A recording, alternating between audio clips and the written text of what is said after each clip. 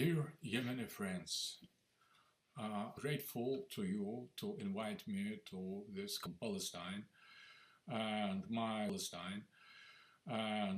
special thanks for the head of supervisory committee, Professor Abdulaziz bin Haptor, the Prime Minister of Sana's government, the founder of BRICS today, the head of preparatory committee, Dr. Abdul Rahim Al-Omran, the Dean of Sada University, and all Yemenis and all my friends from your country. I would like to say some words about Palestine, about situation in the Middle East. So first of all, in the transitional period, the transition is from unipolar world to multipolar world. And the unipolarity is the American hegemony, and the Zionism is the part of it in the Middle East. So multipolarity is represented by Russia, by BRICS, and initiative to announce BRICS Day in Yemen is very important symbol of the site that Yemen people of Yemen chooses. So that is very important. So you are on the war in Ukraine and the genocide of Palestinians in Gaza, both are interconnected events. There are two fronts of the same war. The war of the humanity that fights for justice and equality and real democracy against hegemonic superpower of the imperialist colonial West. So we are participating at the same war. We in Ukraine fighting the global West, and you Yemeni and Middle East, Palestinian, Lebanese, all the representative of the resistance powers, you are fighting the same enemy, the same foe, the same adversary in the Middle East. So that is not two wars, that is the same one and the same war, the war of multipolarity against unipolarity that doesn't want to let us to go our own. It's still the West tries to impose on us their universal so-called rules that we see how these pretended rules are based on double standards. For example, they don't remark the real genocide of and they accuse Hamas, they accuse the powers of resistance, they accuse Putin's Russia to perpetrate all the crimes, but the real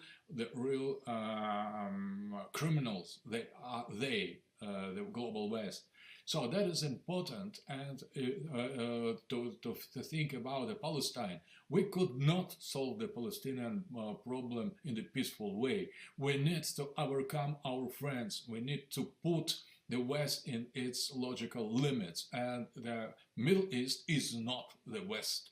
It is autonomous field, autonomous zone of the world with the local people living there, and these local people should decide their destiny.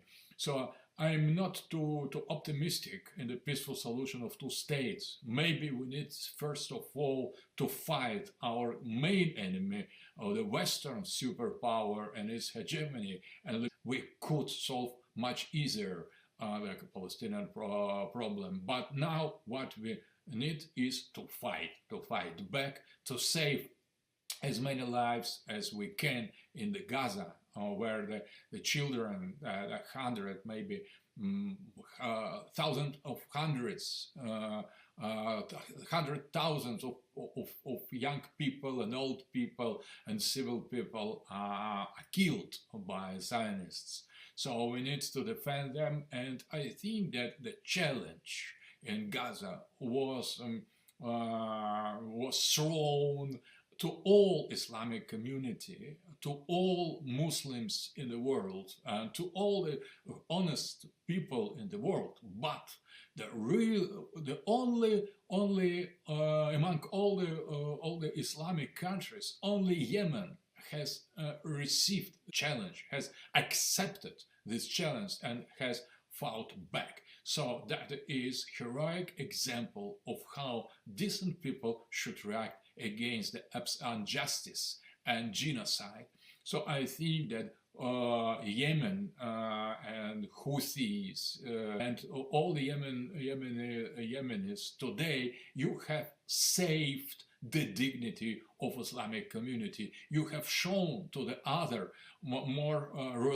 other Muslims more reluctant to enter the direct war that is already launched against them, how the real hero men, real Muslim men should respond on the act of aggression. And you, Yemenis, you have changed geopolitical system, blocking Red Sea from the globalist ships in some months. So we have different geopolitical situation because of you, because of your brave resistance, because of your heroic acts. And you are acting exactly on the polarity, letting Chinese ships to get without any problem and preparing to fight back at all unjust attacks of the hegemon, of the hegemonic power of the collective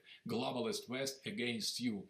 So stay strong, my dear and beloved Yemeni people. I admire your government. I admire your courage.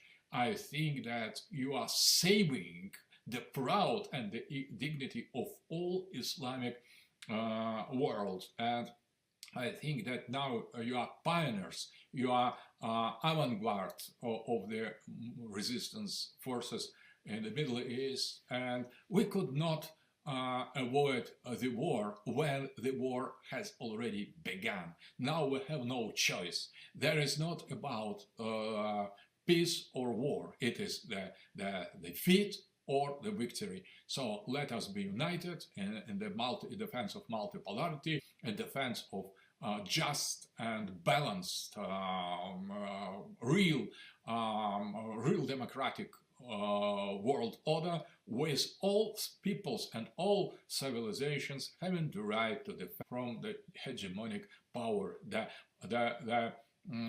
The rule of the global West is over, and you, Yemeni people, you are one of those, and maybe first, who has shown your courage, and you have demonstrated how weak our enemy is. So that is a kind of introduction for real liberation of Palestine. Best wishes for you. We are waiting you inside of BRICS, inside. You are already ahead of us. Russia and Yemen are two powers that are already fighting the beast, the global beast, and we invite all the other humanity to join this battle. Before we could end with the hegemonic power, we could not hope to have solution to any problem, because behind all the problems in the world is the unique imperialistic colonial power of United States, of globalists, to have solution to any problem, because behind all the problems in the world is the unique imperialistic colonial power of United States, of globalists, and above all with this cursed